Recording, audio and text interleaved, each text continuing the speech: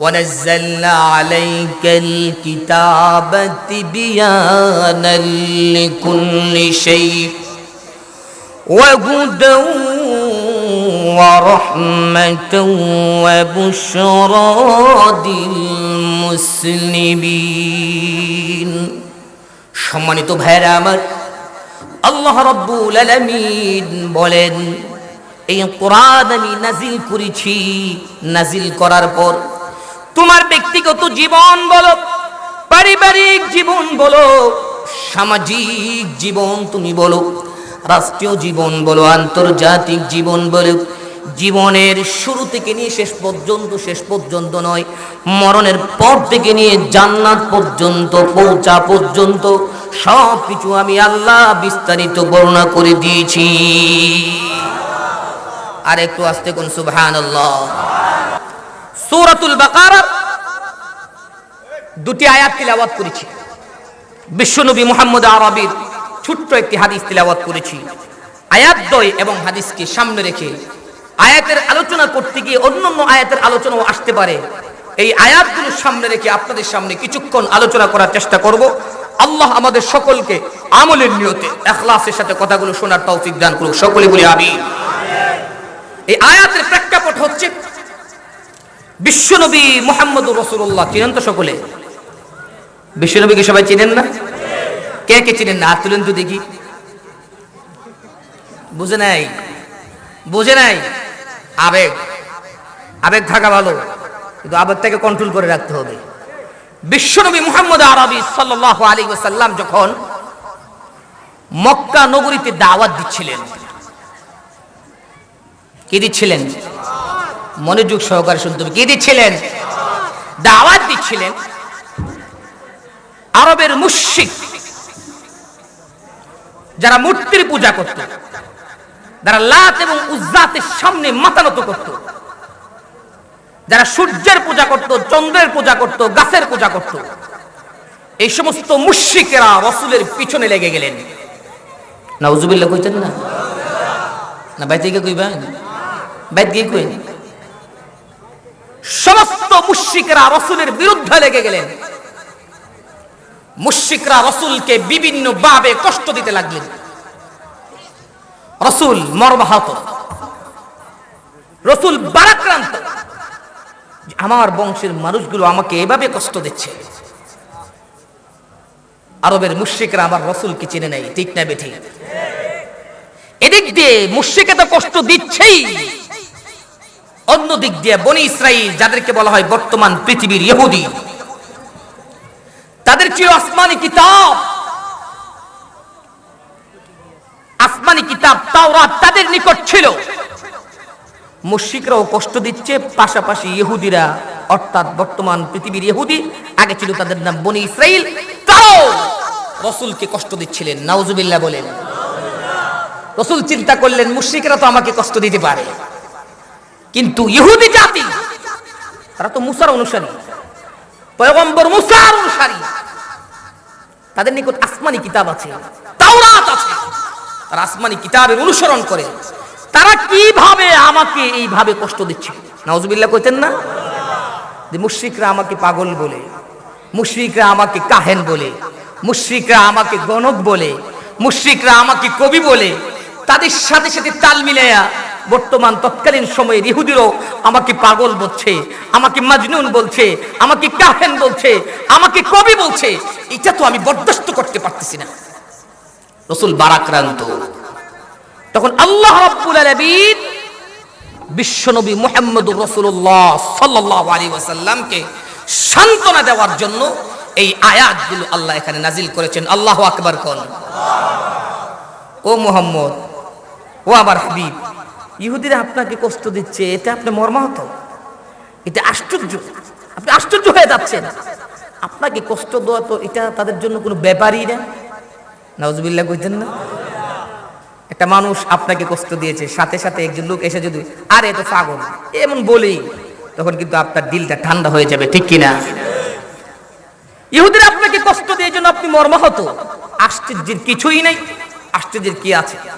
আপনার পূর্বে হযরতে মূসা আলাইহিস সালাতু ওয়াস সালাম ছিল কি ছিল না? এদের নবী ছিল হযরত মূসা আলাইহিস সালাতু ওয়াস সালাম। এই মূসা আলাইহিস সালাতু ওয়াস সালাম তাদেরকে ছোট্ট একটা আদেশ করেছিলেন। সেই আদেশটা হচ্ছে তারা একটা মাকতুলের ব্যাপারে, তাদের জামানার মধ্যে বনী ইসরাইলের মধ্যে একজন লোককে হত্যা করা হয়েছিল, এটার মীমাংসার জন্য হযরত মূসা পয়গম্বর তাদেরকে বলেছিল, তোমরা যদি এটার মীমাংসা চাও তাহলে একটা গরু জবাই করো। যদি গরু জবাই করো, আল্লাহ রাব্বুল আলামিন কে আসল ঘাতক, মূলত কে হত্যা করেছে, অবশ্যই আল্লাহ আমাকে জানায়া দিবেন। পাশাপাশি ওই গরুর মাধ্যমে, গরুর যে হাত আছে, পা আছে অথবা গোশত, যে কোনো একটা জিনিস দিয়ে মৃত ব্যক্তিকে আঘাত করলে মৃত ব্যক্তি জীবিত হয়ে বলে দিবে কে তাকে হত্যা করেছে। আল্লাহু আকবার কর। এই ছোট্ট একটা ব্যাপারে এরা যা করছে, নাউজুবিল্লাহ কইতেন না, ছোট্ট একটা ব্যাপারে একটা গরু জবাই করব। মুসা কইছে, মুসা পয়গম্বর কইছে গরু জবাই করে বলে লাগি, আর এরা যা করছে আমনের সাথে করা তো কোনো ব্যাপারই না। নাউজুবিল্লাহ কর। আল্লাহ রাব্বুল আলামিন এই আয়াতের মধ্যে এগুলো আলোচনা করেছেন। অর্থাৎ ইহুদি জাতির বদ মেজাজ এবং বদ চরিত্র, তাদের খারাপ চরিত্র, খারাপ আখলাক, এদের ফিরিস্তি বিশাল বড়, এদের অভ্যাস বড় খারাপ। এরা আপনার সাথে খারাপ ব্যবহার করতে পারে, এতে করে আপনি কোনো কষ্ট পেয়েন না। সুবহানাল্লাহ কর। আল্লাহ এই আয়াতের আলোচনা করেছেন। وَإِذْ قَتَلْتُمْ نَفْسًا فَادَّارَأْتُمْ فِيهَا وَاللَّهُ مُخْرِجٌ مَا كُنْتُمْ تَكْتُمُونَ فَقُلْنَا اضْرِبُوهُ بِبَعْضِهَا كذلك يحيي الله الموتى ويريكم آياته لعلكم تعقلون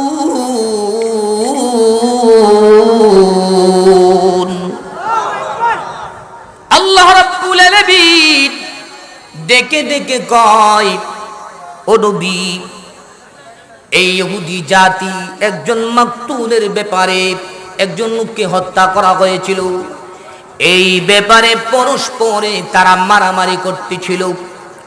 তখন হযরত পয়গম্বরের নিকট সমাধানের জন্য গেলেন। যখন সমাধানের জন্য গেলেন, পয়গম্বর মূসা বলে দিলেন, তোমরা একটা গরু জবাই করে নিয়ে আসো। গরু জবাই করে নিয়ে আসলে গরুর গোশত দিয়ে যদি মৃত ব্যক্তিকে আঘাত করো, আল্লাহ রাব্বুল আলামিন মৃত ব্যক্তিকে জীবিত করে দেবেন। মৃত ব্যক্তি বলে দিবে কে তাকে হত্যা করেছে। আল্লাহু আকবার। আল্লাহ মৃতকে জীবিত করতে পারেন কি পারেন না? আর একটু জোরে বলেন, পারেন কি পারেন না? বনী ইসরাইলে। এখন আসুন ঘটনাটা শুনুন। একজন ব্যক্তির নাম ছিল আমেল। নাম কি ছিল? জোরে বলতে হবে, নাম কি ছিল? ওই আমেল, তার একটা মেয়ে ছিল খুব সুন্দরী, মেয়েটা ছিল খুব রূপসী। আবার এই আমেল ছিল অরেল সম্পত্তির মালিক, সম্পত্তির ওয়ারিশ হবে একটা মেয়ে, ঠিক কিনা? আর একটু জোরে বলেন, ঠিক কিনা? আর কোনো ছেলে সন্তান নাই, বাতিজে একটা আছে। মনে মনে সিদ্ধান্ত নিল, কাকার মেয়েটাকে যদি আমি বিবাহ করতে পারি তাহলে তো সমস্ত সম্পত্তির মালিক আমি, ঠিক কিনা? এই সিদ্ধান্ত নিল কাকার মেয়েটাকে আমাকেই বিবাহ করতে হবে, আমি বিবাহ করে অঢেল সম্পত্তির মালিক আমি বুক করব। নাউজুবিল্লাহ কর। বিবাহ করলো। এখন সে অপেক্ষায় আছে কোন সময় কাকা মরবো। নাউজুবিল্লাহ কইতেন না?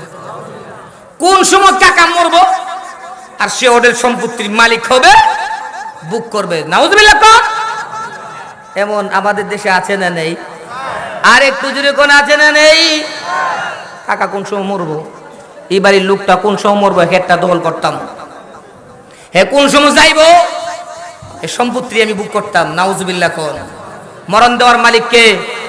আর একটু যদি মরণ দেওয়ার মালিক কে? মানুষ মারার কোনো শক্তি নাই। এখন কাকা যেহেতু মরেই না মরলে তো মালিক হতে পারতো না। এই জন্য সিদ্ধান্ত নিল আজকে রাত্রে গভীর রজনীতে চাচার আমি মারবো, মেরে অন্য গ্রামে ফেলে দেব, অন্য গ্রামের মানুষের উপর আমি দোষ চাপায়া দেব। নাউজুবিল্লাহ কোন। চিন্তা করছেন?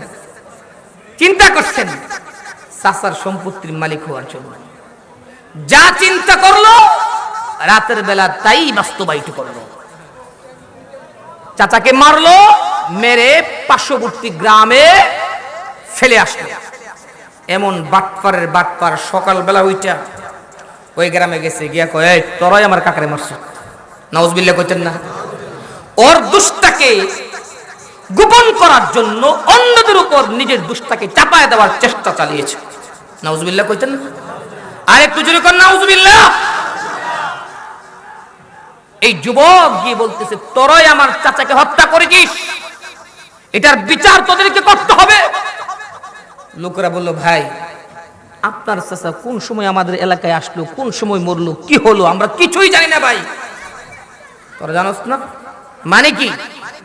মানে কি ভাই? আমরা জানি না। তো জানোস না সাথে সাথে এলাকায় আসলো লাঠিয়াল বাহিনী, সন্ত্রাস বাহিনী। আছে না নেই আমার দেশে? আছে না নেই? আর একটু জুড়ে বলেন আছে না নেই?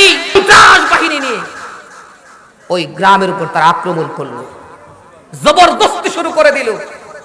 তারা উপায় না পেয়ে সকলে মিলে হযরতে মূসা আলাইহিস সালাতু ওয়াস সালামের নিকট আসলেন। সুবহানাল্লাহ কোন।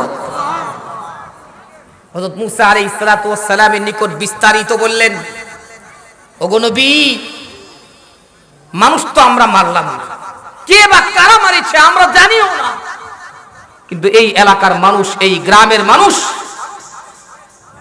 আমাদের উপর দোষ চাপায় দিচ্ছে। এখন আমরা কি করতে পারি?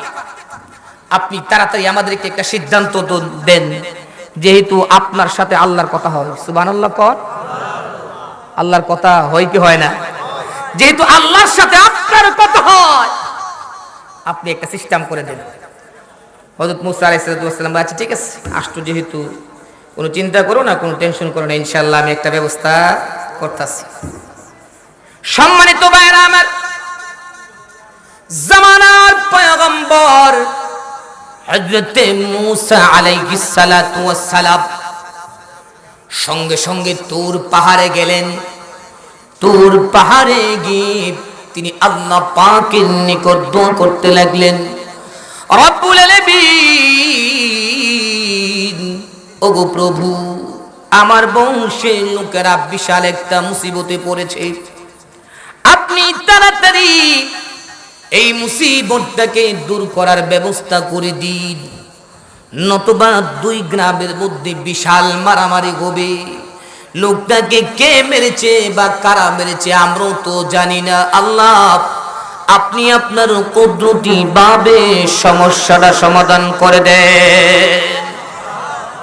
সম্মানিত ভাইরা আমার, জামানার পয়গম্বর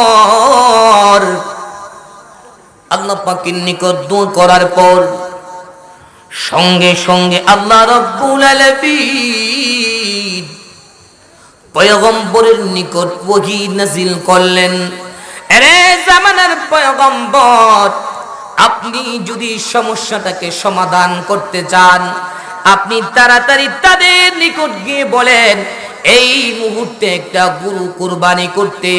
গরু কুরবানি করে গোশত দিয়ে মৃত ব্যক্তিকে যদি আঘাত করে, মৃত ব্যক্তি বলে দিবে কে তাকে হত্যা করেছে। আল্লাহু আকবার।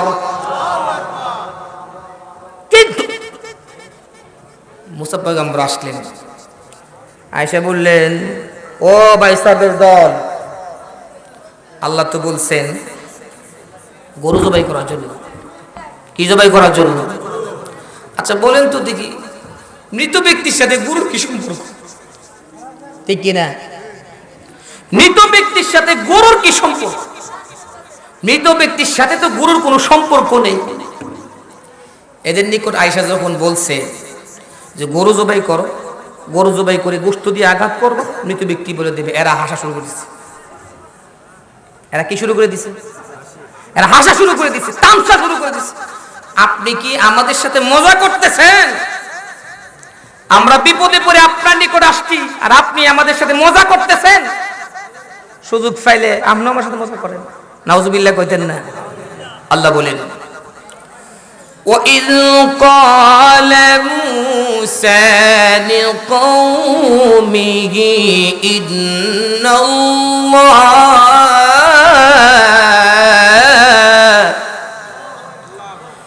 يَأْمُرُكُمْ أَن تَذْبَحُوا بَقَرَةً قالوا أتتخذنا هزوا قال أعوذ بالله أن أكون من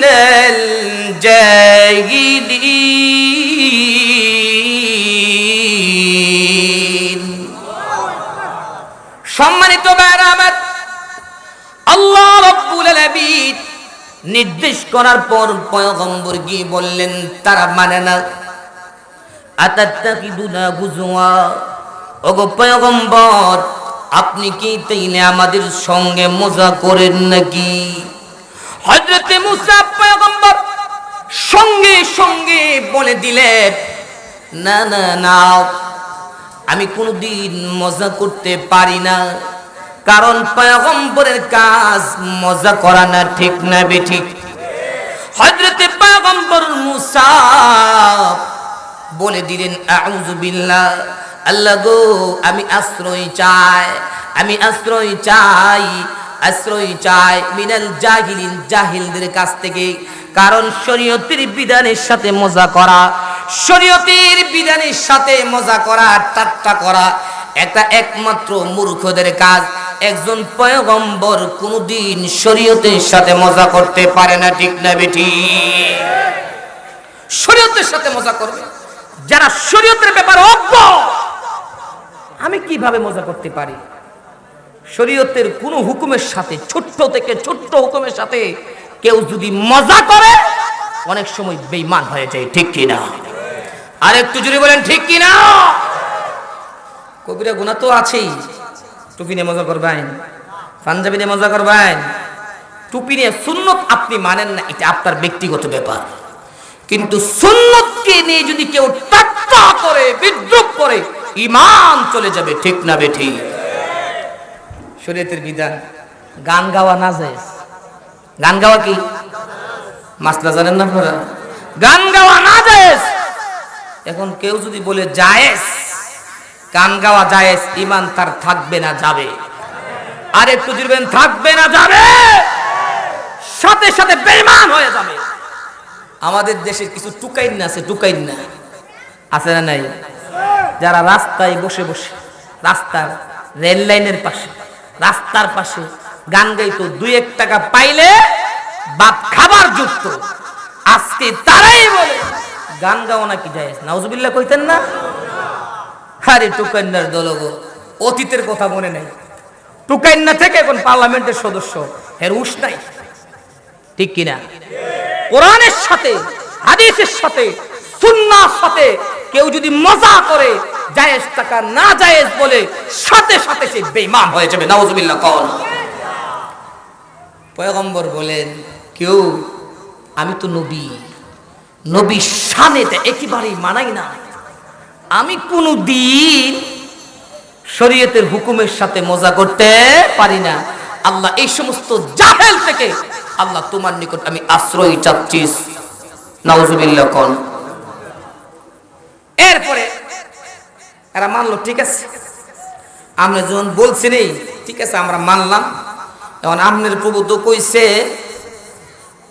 গরু জবাই করবার লাগে, এখন গরুটা জবাই করার জন্য বলছে, কিন্তু গরুটা কি লাল হইব না কালো হইব না দলা হইব না সাদা হইব, একটু আপনার রব রেগে কম যে গরুটা কোন রঙের হবে।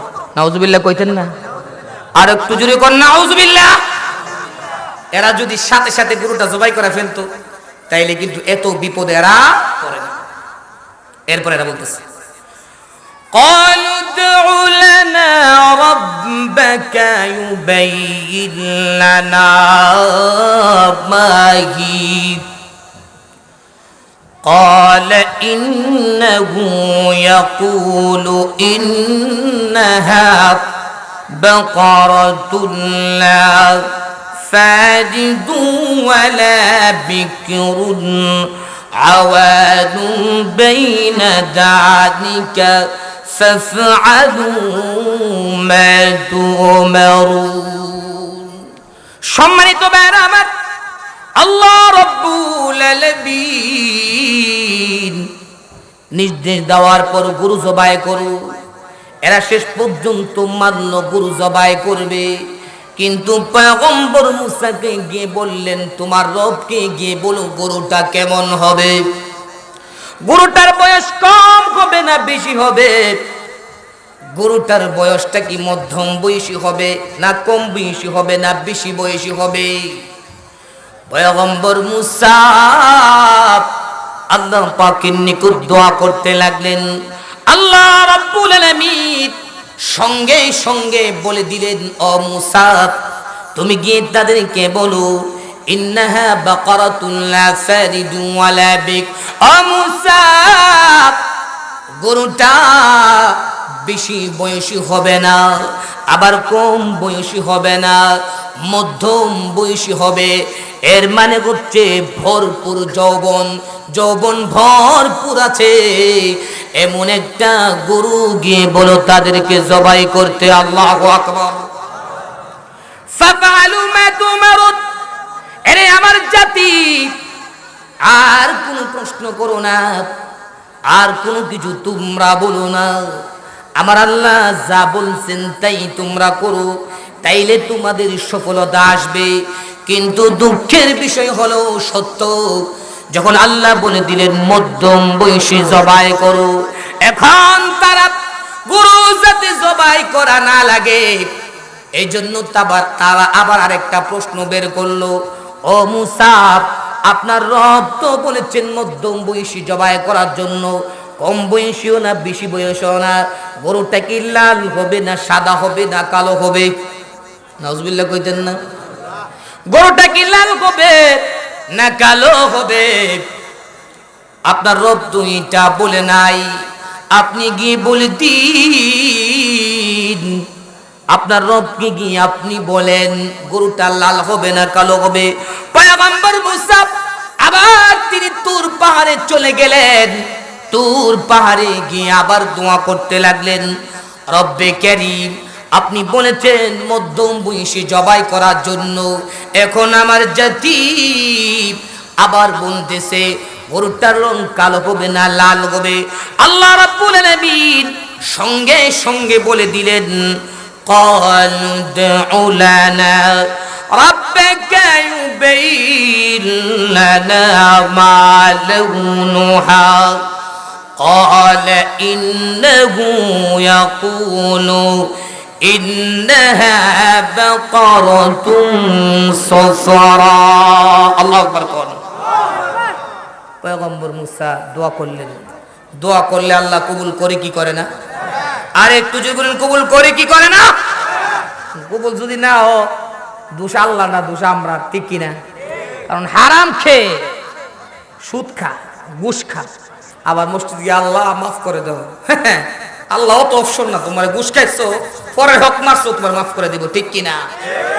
পরের হক মাইরে জীবনও মাফ পাইতেন না। যত কতই করি, যত বড় ইবাদত গুজার হোক না কেন, যত বড় তাহাজ্জুদ গুজার হোক না কেন, আল্লাহ বলেন সব মাফ করুন, বান্দার হক আমি আল্লাহ মাফ করব না, ঠিক কিনা? সারা জীবন সুদ খাইছে, সারা জীবন মানুষের সম্পদ আত্মসাৎ করছে, এখন মসজিদের 1 নাম্বার মুসল্লি, ঠিক কিনা? আর একটু যদি বলেন ঠিক কিনা? মুসল্লি আস্তের মুসল্লি জীবন তো অনেক গুনাহ করছে, আল্লাহ আহা অত সহজ, এত সহজ কখনো নয়, কখনো নয়, ঠিক কিনা? আল্লাহ হেদায়েত দান করুন, বলে আমিন। এখনো সময় আছে, হায়াত থেকে থাকলে, হায়াত যেহেতু আছে, বাচ্চা আছেন, যাদের সম্পদ আত্মসাৎ করছেন তাদের কাছে গিয়ে মাফ চান, সম্পদগুলো ফেরত দিয়ে দেন, ঠিক কিনা? দোয়া করলে আল্লাহ দোয়া কবুল করে, তবে হালাল খেতে হবে, ঠিক কিনা? হযরত মূসা আবার গিয়ে দোয়া করলেন, আল্লাহ কোন জাতি নিয়ে পড়লাম, আল্লাহ একটা ব্যবস্থা করে দেব। আল্লাহ বলে দিলেন, ঠিক আছে মূসা তুমি চিন্তা করো না, এরা প্রশ্ন করতেছে আর বিপদে পড়তেছে, ঠিক কিনা? সাথে সাথে একটা গরু জবাই করলে কিন্তু সব হয়ে যেত, প্রশ্ন করতেছে আর বিপদে পড়তেছে। আল্লাহ বলে, ইন্নাহা বাকারাতুন সাফরাউ ফাকিউন লাউনুহা তাসুরুন নাযিরিন। সম্মানিত ভাইরা আমার, আল্লাহ রাব্বুল আলামিন বলেন, ও মূসা তুমি গিয়ে তাদেরকে বলো গাভীটার রং হবে হলুদ, উজ্জ্বল হলুদ বর্ণের। উজ্জ্বল হলুদ বর্ণের গাভী জীবনে কোনোদিন আপনারা দেখেছেন? আর একটু জুড়ে বলেন, দেখেছেন? উজ্জ্বল হলুদ বর্ণের একটা গাভী হবে। গাভীটাকে দর্শক দেখার পর, পৃথিবীর মানুষগুলি দেখার পর সঙ্গে সঙ্গে মুখ মনোমুগ্ধকর তাদের নিকট হয়ে যাবে, তারা খুশি হয়ে যাবে। এত সুন্দর গাভী জীবনে কোনোদিন আমরা দেখি নাই। যে দেখবে সে আশ্চর্য হয়ে যাবে, যে দেখবে তার মনটা ভরে যাবে। এমন সুন্দর একটা গাভী তাদেরকে গিয়ে বলো জবাই করার জন্যে। সম্মানিত ভাইরা আমার, পয়গম্বর মূসা আল্লাহ পাকের নির্দেশ পেয়ে আবার তাদের নিকট আসলেন। আল্লাহ তো বলেছেন গাভী জবাই করার জন্য মধ্যম বয়সী হবে, পাশাপাশি রংটা হবে হলুদ উজ্জ্বল বর্ণের। তার শরীর থেকে আলো চতুর্দিকে ছড়াবে, এমন সুন্দর একটা গাভী জবাই করার জন্য বলছি। একথা বলার পর তারা আবার গড়িমসি শুরু করে দিল।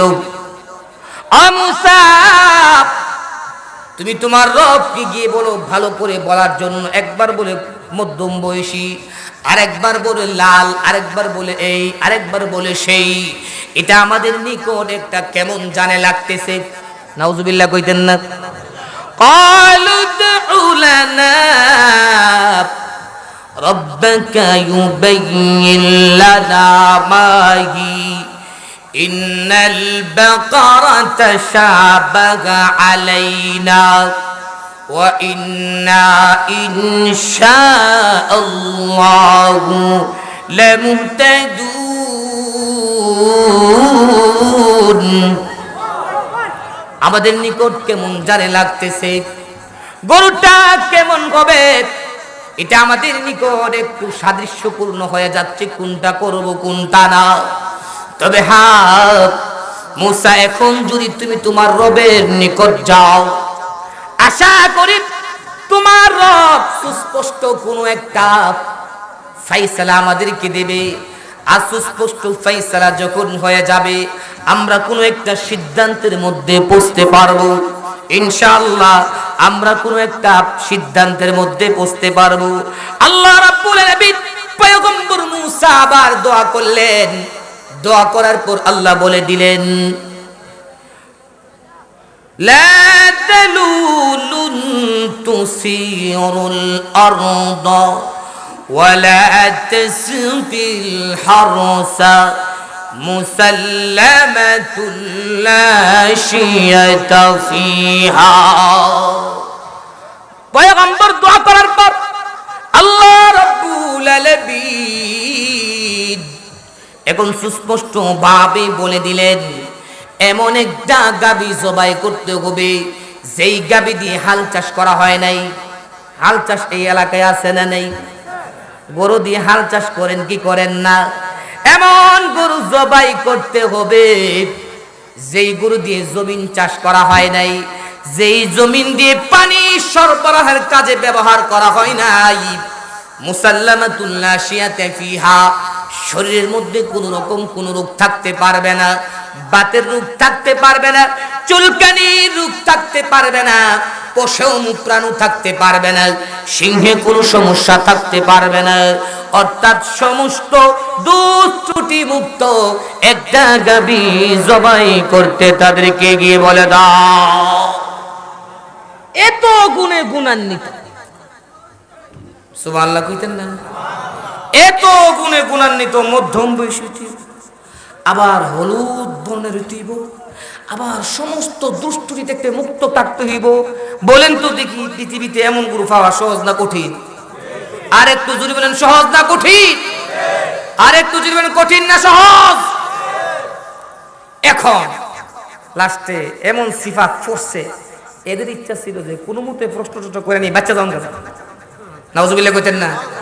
এমন অনেক মানুষ আছে না যে আটকাইবার লাগি প্রশ্ন করে, আছে না নাই?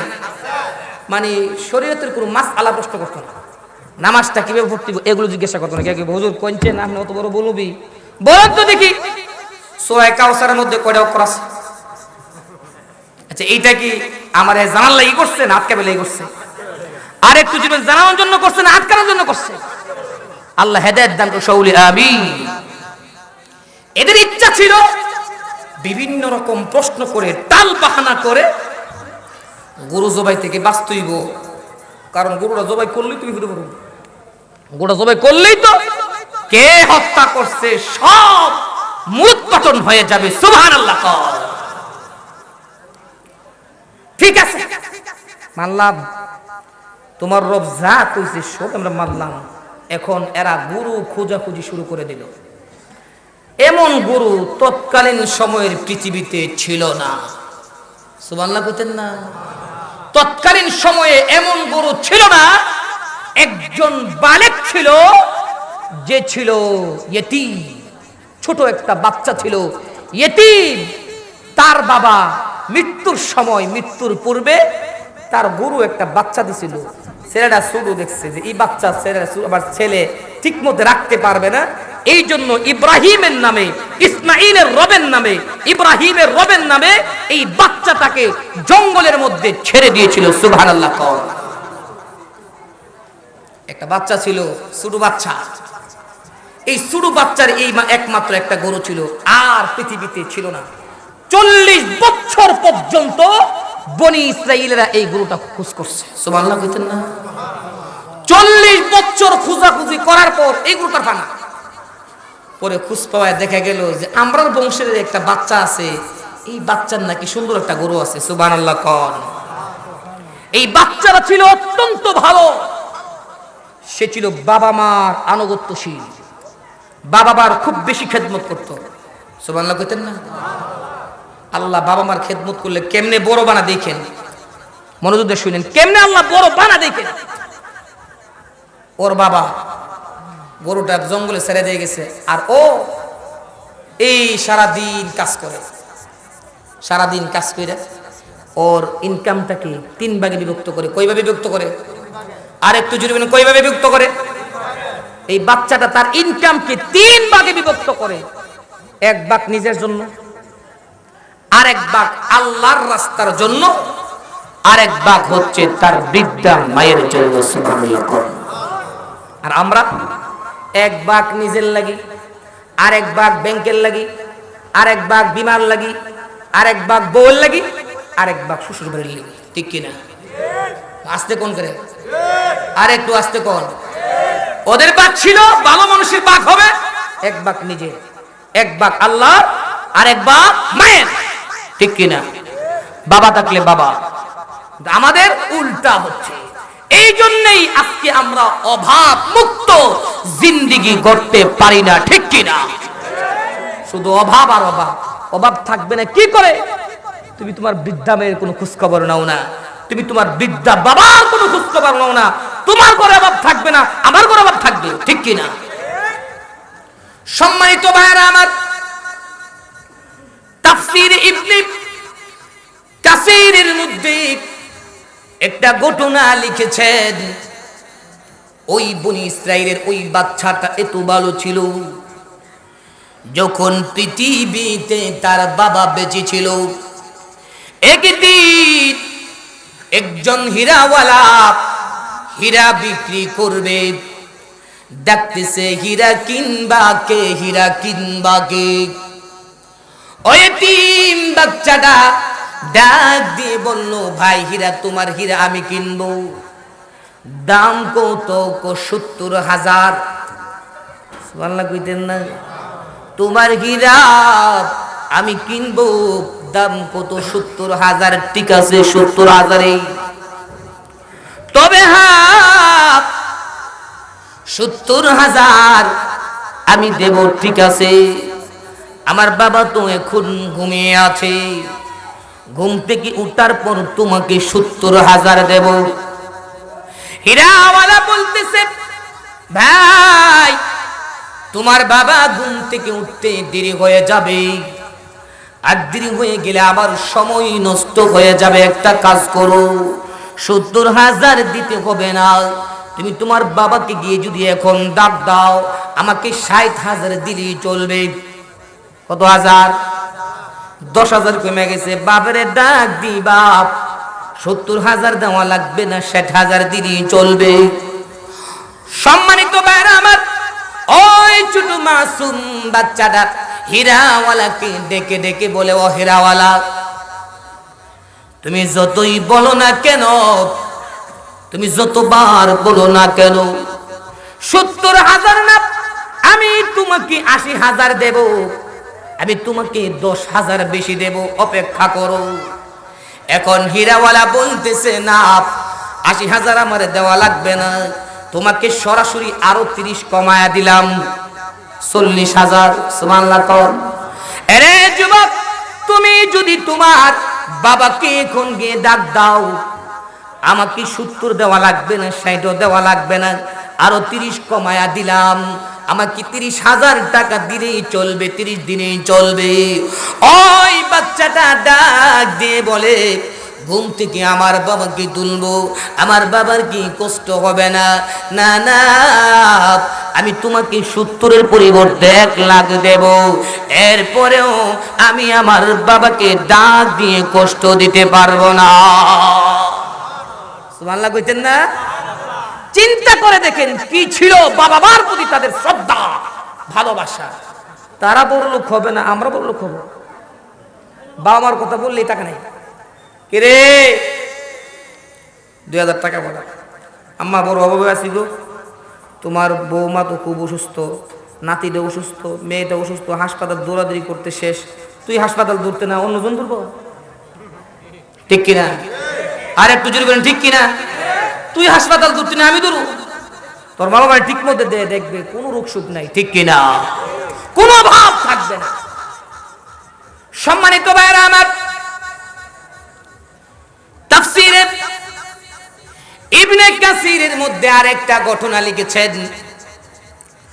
যখন এই ছেলেটা বড় হলো, সারা দিন কষ্ট করে কষ্ট উপার্জিত টাকাগুলোকে 3 ভাগে বিভক্ত করে, রাত্রিটাকে 3 ভাগে বিভক্ত করে। কয় ভাগে বিভক্ত করে? আর একটু জোরে বলেন, কয় ভাগে? রাত্রিটাকে 3 ভাগে বিভক্ত করে, সারা দিন কাজ করে রাত্রিটাকে 3 ভাগে বিভক্ত করে, 1 ভাগ সে ঘুমায়, আরেক ভাগ সে ইবাদত করে, আরেক ভাগ সে তার মায়ের খেদমত করে। আরেকটু আস্তে কোন। আরেক ভাগ সে তার মায়ের খেদমত করে। মায়ের খেদমত গুজার সন্তান, ও পৃথিবীর মানুষেরা, তুমি তোমার সুবিধা নেওয়ার জন্য, বড়লোক হওয়ার জন্য, ব্যবসায়ী বড় হওয়ার জন্য, বড় চাকরি পাওয়ার জন্য ইমাম সাহেবের নিকট দৌড়াও, বিভিন্ন জায়গায় তুমি দৌড়াও, ওলামায়ে কেরামের কাছে দৌড়াও। বিশ্বনবী রাহমাতাল লিল আলামিন বলেন, এত কিছু করার কোনো দরকার নাই, এত জায়গায় যাওয়ার কোনো দরকার নাই। আমি তোমার দোয়া কবুল হওয়ার জন্য তোমার কাছেই রেখে দিয়েছি, তোমার ঘরের ভিতরে রেখে দিয়েছি, তোমার রক্তের সাথে সংযুক্ত করে দিয়েছি। তুমি তোমার মায়ের নিকট দোয়া চাও, বাবার নিকট দোয়া চাও। তোমার মা আর তোমার বাবা তোমার জন্য দোয়া করতে দেরি হবে, আল্লাহর আরশ পর্যন্ত দোয়া পৌঁছতে বিন্দু মাত্র দেরি হবে না। সম্মানিত ভাইরা আমার, বাইজিদ বুস্তামির নাম আপনারা শুনেছেন। বাইজিদ বুস্তামি এত বড় আল্লাহর ওলি কিভাবে হয়েছে? আল্লাহর ওলি একমাত্র মায়ের দোয়ায় হয়েছে। বাইজিদ বুস্তামির মা গভীর রজনীতে পানির জন্য পিপাসায় কাতরাচ্ছে। বাইজিদ, পানির ব্যবস্থা করে দাও, পানির ব্যবস্থা করে দাও, পানির পিপাসা লাগছে। ছোট্ট বাইজিদ এত কিছু বুঝে না, এত কিছু বুঝে না। মা, পানির পিপাসা লাগছে, পানি পানি খোঁজার জন্য বাইজিদ ঘরের ভিতরে দেখলো, ঘরের কোথাও কোনো পানি দেখা যায় না। বাইজিদ বাইরে চলে গেল, বাহির থেকে গিয়ে পানি ব্যবস্থা করে নিয়ে আসলেন। পানি পানি এনে দেখে বাইজিদের মা ঘুমায়া গেছে। বাইজিদ এখন চিন্তা করে দেখলেন, মাকে যদি ডাক দেই মায়ের তো কষ্ট হবে, ঠিক কিনা? আর একটু জোরে বলেন ঠিক কিনা? ছোট্ট বাইজিদ চিন্তা করে দেখলেন, মা মাগো, এখন যদি আমি আবার মাকে ডাক দেই আমার মায়ের কষ্ট হবে। আবার চিন্তা করলেন, পানিটা রেখে যদি চলে যায় এতো আমার মায়ের কষ্ট হবে। মা যদি ঘুম ভাঙ্গে পানি আবার খোঁজাখুঁজি করে কোথায় পানি পাবে? এই জন্য চিন্তা করে দেখলেন, রাখলেও ঝামেলা আছে, ডাক দিলেও ঝামেলা আছে।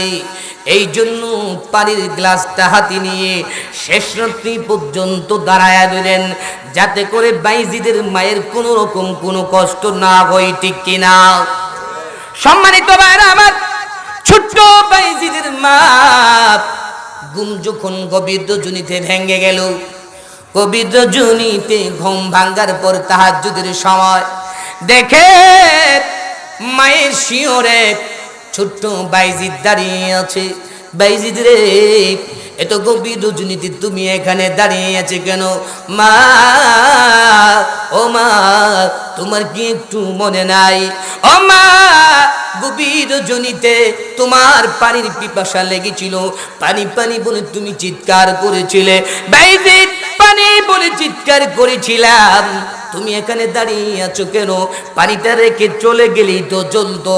ও মা, পানি যদি আমি রেখে যাই মা তোমার কি কষ্ট হবে না? এই জন্য আমি রেখে যায় নাই, তাইলে আমাকে তুমি ডাক দিয়ে দিতা। ও মা, তোমাকে যদি ডাক দেই মা তোমার তো কষ্ট হবে, এই জন্য মা তোমাকে ডাক দেই নাই। বাইজিদের মায়ের মনটা খুশি হয়ে গেল। ওযু করলেন, তাহাজ্জুদের নামাজ পড়লেন, তাহাজ্জুদের নামাজ আদায় করে আল্লাহ পাকের দরবারে দোয়া করলেন, রব্বি কারীম, তোমার রাসূল বলেছে মা বাবা যখন তার সন্তানের জন্য দোয়া করে, মা তার সন্তানের জন্য দোয়া করে, দোয়া করার সঙ্গে সঙ্গে কবুল হয়ে যায়। ও মা, ও আল্লাহ, আমি মা হিসাবে বাইজিদের জন্য দোয়া করেছি, আমার বাইজিদকে এই পৃথিবীর জন্য সুলতানুল আরিফিন হিসাবে কবুল করে না। আল্লাহ আকবার বলেন। আল্লাহ কবুল করছে কি করেন নাই? আর একটু যদি কবুল করেছে কি করেন নাই? অবশ্যই কবুল করেছেন। তাহলে মায়ের দোয়ার কোনো বিকল্প নাই, ঠিক কিনা?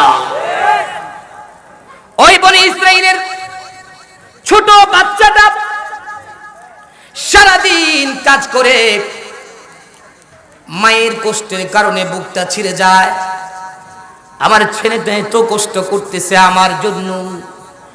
যখন ছেলেটা বড় হয়ে গেল, যুবক হয়ে গেল, ছেলেটার এখন বিবাহ করার দরকার, কিন্তু টাকা তো নাই, পয়সাও তো নাই। টাকা কোথায় পাবে, পয়সা কোথায় পাবে? মা হঠাৎ একদিন বাচ্চাটাকে ডাক দিলেন, বাবারে, তোমার জীবনটা এত কষ্ট করে তুমি চালাচ্ছ, আমার তো খুবই খারাপ লাগে, আমার তো ভালো লাগে না, আমিও তো তোমার জন্য কিছু করতে পারি না। তবে হ্যাঁ বাবা, তোমার মনে নাই তুমি ছোট ছেলে, তোমার বাবা তোমার জন্য একটা সম্পদ রেখে গিয়েছিল, ওই সম্পদটা তুমি নিয়ে আসো, নিয়ে তুমি সম্পদটাকে বিক্রি করে বিবাহের ব্যবস্থা করো। সুবহানাল্লাহ কোন, আর একটু আস্তে কোন সুবহানাল্লাহ। মা, ও মা, আমার বাবা আমার জন্য কি সম্পদ রেখে গেছে। ও বাবা, তোমার জন্য তোমার বাবা একটা গরুর বাচ্চা গুবচ্ছ রেখে গেছে, ওই জঙ্গলের মধ্যে ছেড়ে গিয়েছে, জঙ্গল থেকে তুমি ধরে নিয়ে আসবা। বনি ইসরাইলের লোকেরা গরু খুঁজতেছে, গরু পায় না।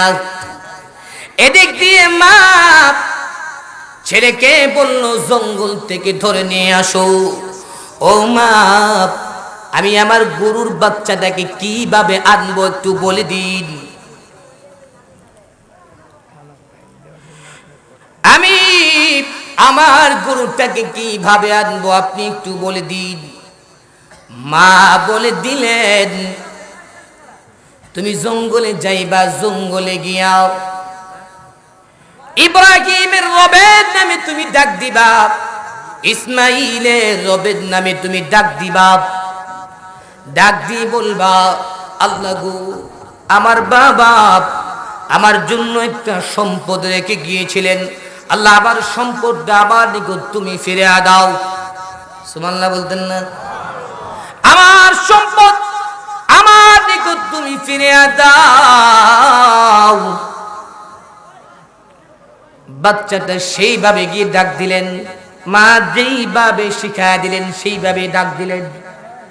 তাফসীরের কিতাবের মধ্যে আসছে, ওই বাচ্চাটা যখন ডাক দিল, ইব্রাহিমের রবের নামে বলছি, ইসমাইলের রবের নামে বলছি, ওই গুবচ্ছটা সঙ্গে সঙ্গে ওই যুবকের নিকট ফিরে আসলো।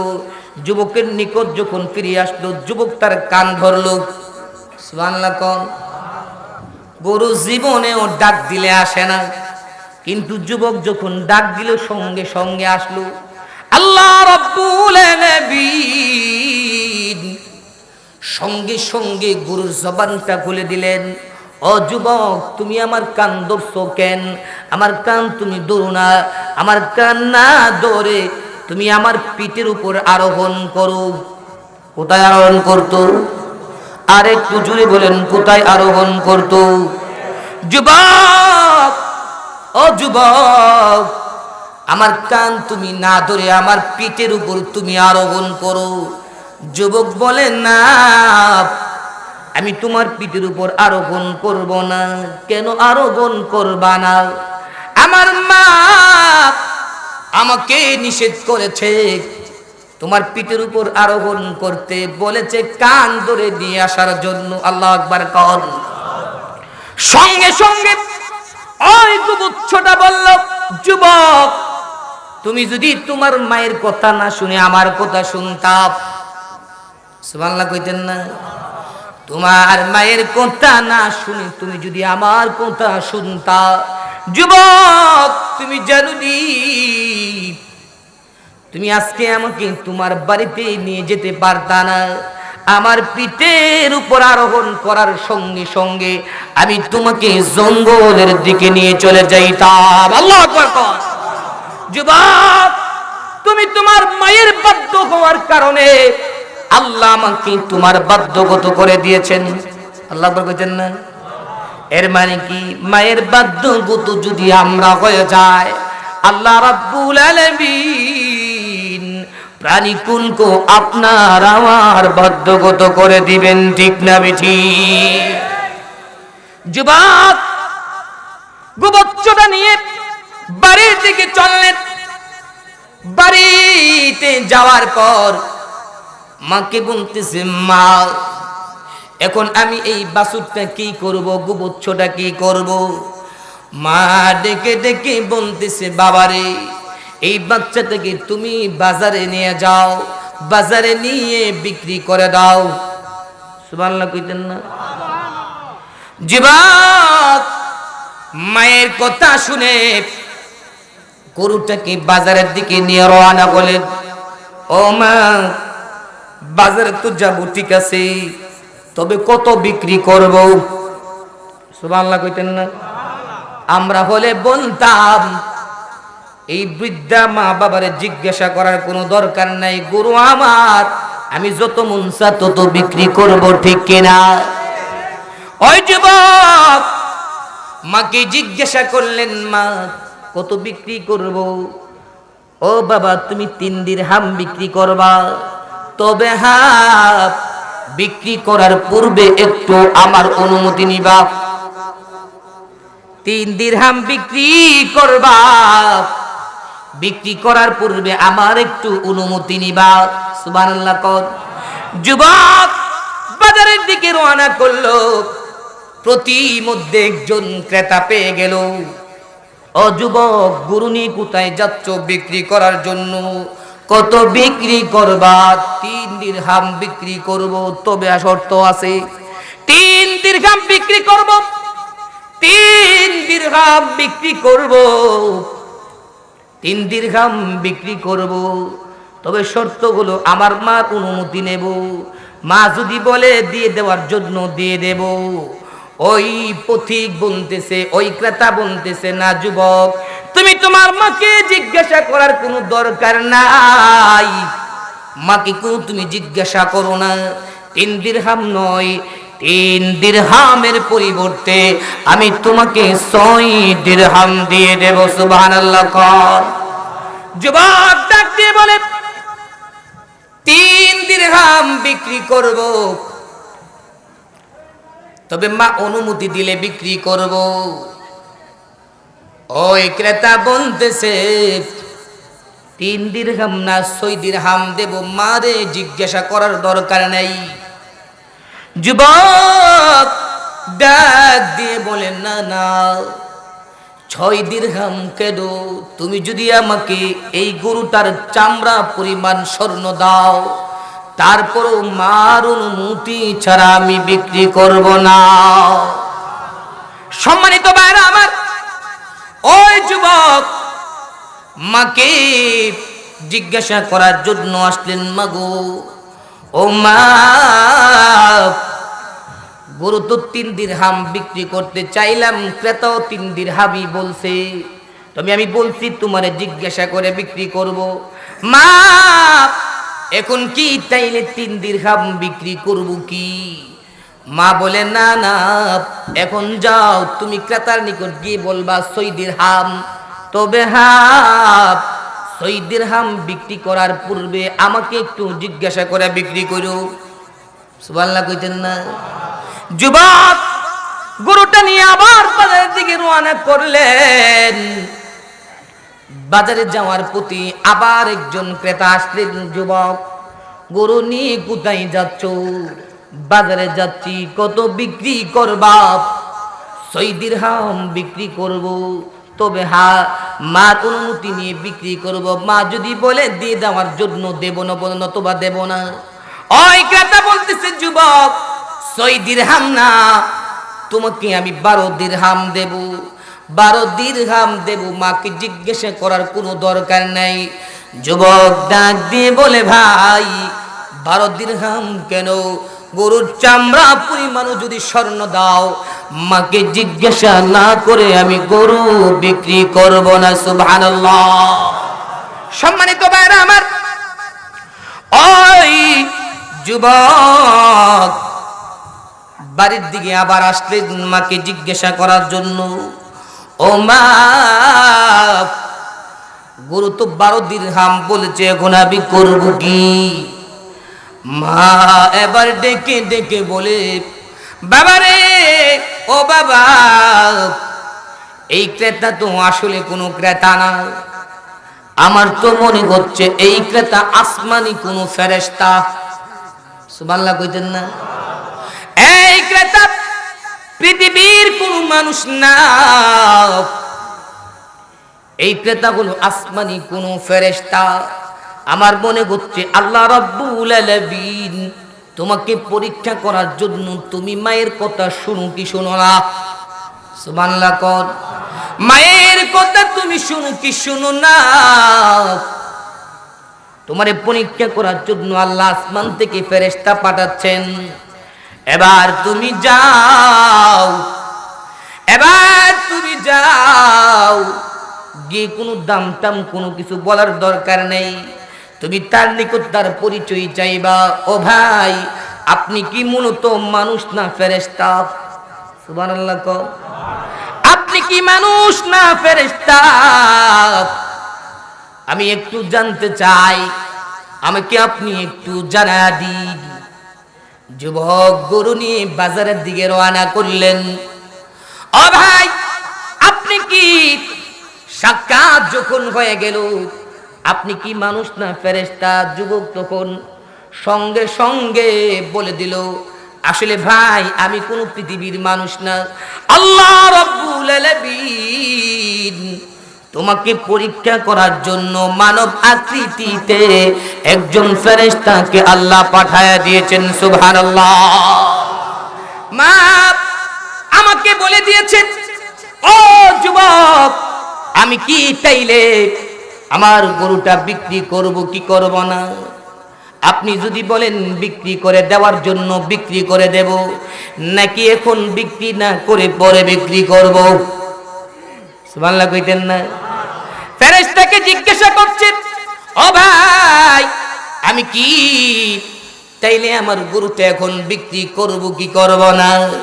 যদি আপনি বলেন বিক্রি করে দেব, আর যদি আপনি না বলেন বিক্রি করব না, মানব আকৃতির ফেরেশতা দেখে দেখে কয়, ও যুবক, এখন তুমি গরুটা বিক্রি করো না, এখন বিক্রি করলে 12 দিরহাম, 14 দিরহাম, 20 দিরহাম তুমি পাবে।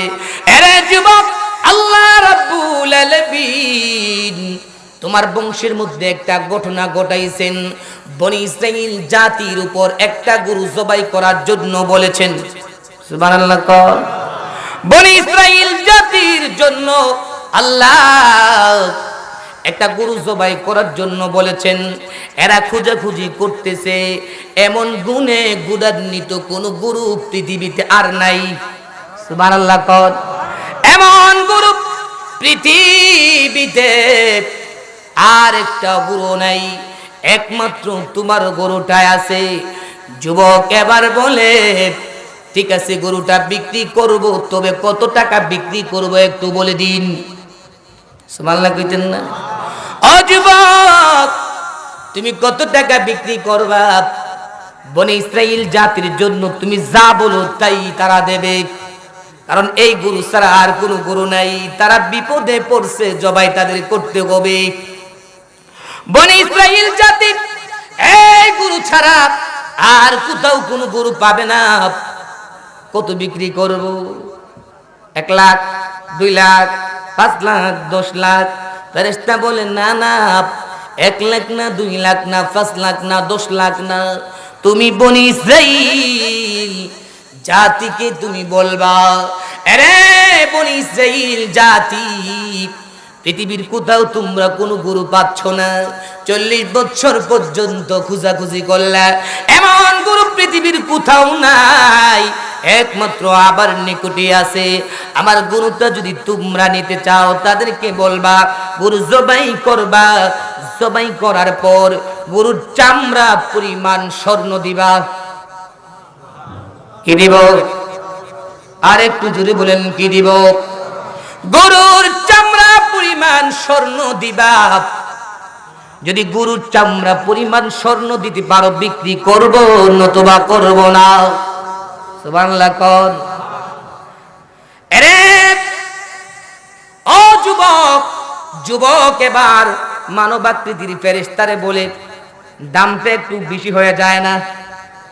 এত টাকা দিয়ে কি তারা নেবে নাকি? এত স্বর্ণ মুদ্রা তারা পাবে কোথায়? মানবাকৃতির ফেরেশতা দেখে দেখে কয়, দাম তোমার জন্য বেশি লাগতে পারে, কিন্তু তাদের জন্য বেশি নাও। সুবহানাল্লাহ। কোন এরা নিবে তো? হা নিবে। আবার না নে কো না নিবে। এমন এত টাকা দিয়ে তারা নিবে কেন? তারা নিবে না, তাদেরকে নেওয়ানো হবে। সুবহানাল্লাহ কইতেন না? তারা নিজের ইচ্ছাই নেবে না, নেওয়া হবে। ও ভাই, এত টাকার মালিক আমি কেন গব? কেন এত টাকার মালিক আমাকে বানানো হচ্ছে? মানব আকৃতির ফেরেশতা ডাক দিয়ে বলে, একমাত্র তুমি যে তোমার মায়ের বাধ্যগত, তুমি যে তোমার বাবার বাধ্যগত সন্তান, এই জন্য আল্লাহ রাব্বুল আলামিন এই বংশের মধ্যে সবচেয়ে বড় লোক তোমাকে আল্লাহ বানায়া দিবে। বাবা মা দোয়ার কোনো বিকল্প নাই, ঠিক না বেঠিক? যুবক বাড়িতে আসলো, ওই 40-20 জন গুরু ফাইলো না, যুবকের বাড়িতে আসছে, এত এতিম, এত কেউ বেশি একটা বাবা পানা, ঠিক না বেঠিক? এতিম রে কেউ দেখতে পারে? আর একটু যদি দেখতে পারে, নাউজুবিল্লাহি মিন যালিক। আমার রাসূল এতিম ছিলেন কি ছিলেন না? আর একটু জুড়ে বলেন, এতিম ছিলেন কি ছিলেন না? মান মাসহা রাসা ইয়াতীমিন লাম ইয়ামসাসহু ইল্লা লিল্লাহ। যে ব্যক্তি একজন ইতিমের মাথার মধ্যে হাত বুলায়া দিবে, সুবহানাল্লাহ লাগাই কম, আর একটু জুড়ে কোন সুবহানাল্লাহ। এতিমের মাথায় হাত বুলিয়ে দিবে। আমার রাসূল বলেন, আমিও তো এতিম ছিলাম। ছিলেন কি ছিলেন না? বিশ্ব নবী রাহমাতাল লিল আলামিন নবীজি এতিম ছিলেন বিদায় ছোট ছোট মাসুম বাচ্চারা খেলাধুলা করে সন্ধ্যা যখন হয়ে যায়, সন্ধ্যার বেলা কত মানুষের বাবা আসে, কত মানুষের মা আসে বাচ্চাগুলো নেওয়ার জন্য। বিশ্বনবী রাহমাতাল লিল আলামিন এতিম হওয়ার কারণে গাছতলায় একা একা বসে চোখের পানিগুলো ছেড়ে ছেড়ে বলে, আল্লাহ গো, কত মানুষের মা আসে তাকে নিয়ে যাওয়ার জন্য, কত মানুষের বাবা আসে তাকে নিয়ে যাওয়ার জন্য, আমি এতিম হয়ে যাওয়ার কারণে আমাকে বুঝি কেউ নিতে আসবে না। বিশ্বনবী বলেন, ও পৃথিবীর মানুষেরা, আমি এতিম নবীর কথা স্মরণ করে একজন এতিম ছেলে হোক অথবা মেয়ে হোক, তার মাথার মধ্যে যদি হাত বোলায়া দাও, 10 টাকা খাওয়াইতে হবে না, 5 টাকা খাওয়াইতে হবে না, খাওয়ানো লাগবে না, খাওয়ানো লাগবে না, দয়া এবং মায়ার দৃষ্টিতে হাতটা বুলায়া দিবা। আমার রাসূল বলেন, যতটা চুল তোমার হাত স্পর্শ করবে, প্রত্যেকটা চুলের বিনিময়ে আল্লাহ রাব্বুল আলামিন তোমার আমলনামায় সওয়াব দান করবে। সুবহানাল্লাহ। বিশ্বনবী বলেন, এতিমকে কেউ পছন্দ করে না, এত এতিম হের নিকটকে আইব, কিন্তু তারা বাধ্য হয়ে আসলো। দাম কত? দাম হলো জবাই করবা, জবাই করার পর চামড়া পরিমাণ স্বর্ণ মুদ্রা দিবা। চামড়া পরিমাণ স্বর্ণ মুদ্রা যদি দাও, তাহলে বিক্রি করতে রাজি আছি। বনি ইসরাইল জাতি রাজি হয়ে গেল। সুবহানাল্লাহ কইতেন না? রাজি হয়ে গেল। রাজি হয়ে যাওয়ার পর গরুটা জবাই করা হলো। গরুটা জবাই করার পর তাফসীরের কিতাবের মধ্যে আসছে, কোন তাফসীরের কিতাবে আসছে, সামনের পা দিয়ে মৃত ব্যক্তিকে আঘাত করা হলো, অথবা পিছনের পা দিয়া, অথবা একটা হাত, যে কোনো একটা হাত দিয়া, অথবা কলিজা দিয়ে আঘাত করা হলো, অথবা লেজ দিয়া, অথবা জিহ্বা দিয়া, যে কোনো একটা অঙ্গ দিয়ে মৃত ব্যক্তিকে আঘাত করা হলো। মৃত ব্যক্তিকে আঘাত করার পর আল্লাহ রাব্বুল আলামিন বলেন, ফাকুলনা দুরিবুহু বিবাদিহা কাযালিকা ইউহয়িল্লাহুল মাউতা ওয়া ইউরীকুম আয়াতিহি লাআল্লাকুম তা'কিলুন।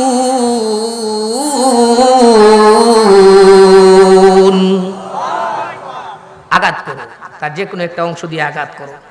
কাযালিকা ইউহয়িল্লাহুল মাউতা, তাফসীরের কিতাবের মধ্যে আসছে, আঘাত করার সঙ্গে সঙ্গে মৃত ব্যক্তি জীবিত হয়ে গেছে। আর একটু আস্তে করো। আল্লাহ মৃত ব্যক্তি জীবিত করতে পারেন কি পারেন না? আর একটু জোরে বলেন, পারেন কি পারেন না? মৃত ব্যক্তি জীবিত হয়া